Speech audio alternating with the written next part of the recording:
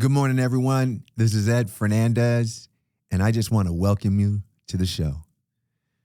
Have you had times where the words that come out of your mouth weren't really what you meant to say? They were misunderstood? Is the personality that you have one that is often misunderstood? Well, today's show is all about being misunderstood. But before we get started, please like, subscribe, share, and hit the bell. You know, being misunderstood can significantly impact our mental well-being. It leads to feelings of frustration, isolation and self-doubt and even anxiety and depression. It can erode our self-esteem, create a sense of being unseen and unheard, and trigger emotional responses like hurt and anger or resentment.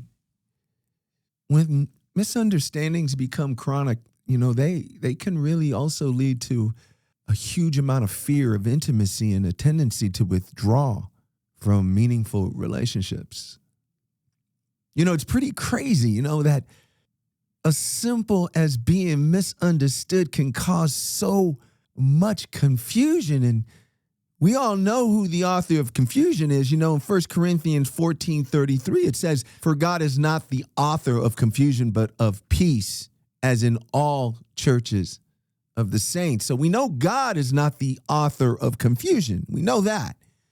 But then in John 8:44, it says, "You are of your father, the devil, and the desire of your father you want to do. He was a murderer from the beginning and does not stand in the truth because there is no truth in him. When he speaks a lie, he speaks from his own resources, for he is a liar and the father of it." So you can say that Satan is the author of confusion. Satan is often portrayed as a master deceiver, utilizing misunderstandings to sow discord. It erodes our faith. It ultimately leads individuals away from God. But what can misunderstandings do to yours and my personal relationships? Let's look at this in detail. Erode trust. When misunderstandings keep happening and are never resolved, it becomes difficult to trust another person's intentions. Suspicion grows and we become reluctant to be vulnerable. How many of us right now are so suspicious and are so reluctant to be vulnerable that it causes resentment? It increases conflict. Misunderstandings also escalate into arguments because we perceive them as hurtful or dismissive behavior.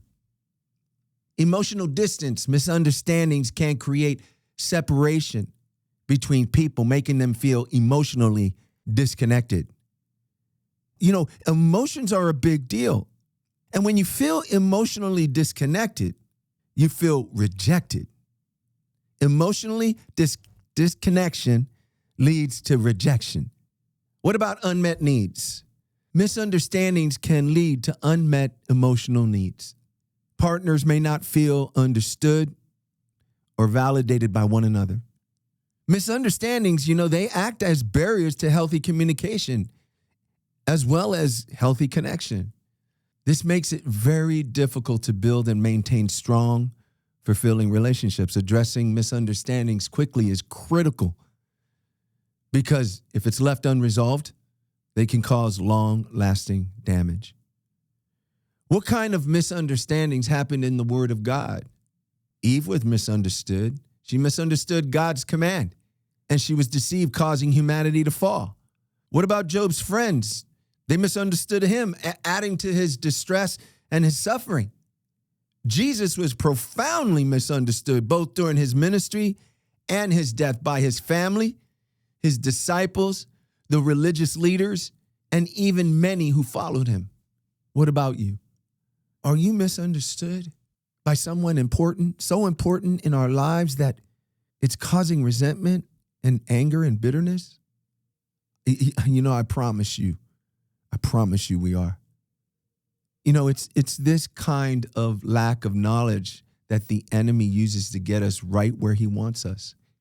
In Hosea 4:6, it says, "My people perish for the lack of knowledge." How does Satan exploit misunderstandings? Well, this is how. Satan may exploit misunderstandings in relationship as a tool to promote division and strife. How? How's he doing it? Sowing seeds of discord. Satan can amplify miscommunication and foster resentment within relationships, especially in families. Twisting words. Satan will manipulate communication, causing people to misinterpret each other's words and intentions, leading to arguments and accusations. In Revelations 12:10 tells us he's the accuser of the brethren. Stirring up. He can stir up negative emotions. Satan can intensify feelings like jealousy, envy, and anger, fueling conflict and making it even harder to resolve misunderstandings. He also can use it for targeting areas of vulnerability in relationships, especially in the home and in the workplace, are some of the favorite battlegrounds for spiritual warfare when it comes to misunderstandings. Why am I spending so much time on misunderstandings? I've spent a lot of time misunderstanding a lot of people. And I believe that misunderstandings come from a prejudgment, a preconceived idea of an individual. I've been studying a lot on misunderstandings, and I won't go a lot into what I've been studying, but it's been years of misunderstanding certain individuals that are so important in my life. Now it's a mission to understand. Because once we recognize that misunderstandings are happening, God can actually bring good out of it. Genesis 50:20 says, "But as for you, you meant evil against me, but God meant it for good." Having misunderstandings against someone else can be a huge spiritual challenge. It will test your and my faith, our resilience, and our understanding of ourselves and others. The good thing is that misunderstandings can highlight areas in our lives where our communications and our intentions aren't clear, prompting us to do self-reflection and deeper growth. We've got to look inside of us and try to understand, why am I misunderstanding these people? Is it me? Is it I think I'm better than them? Or do I need to be educated? So here's the beauty. The pain of misunderstanding can foster greater compassion, patience, and empathy towards others.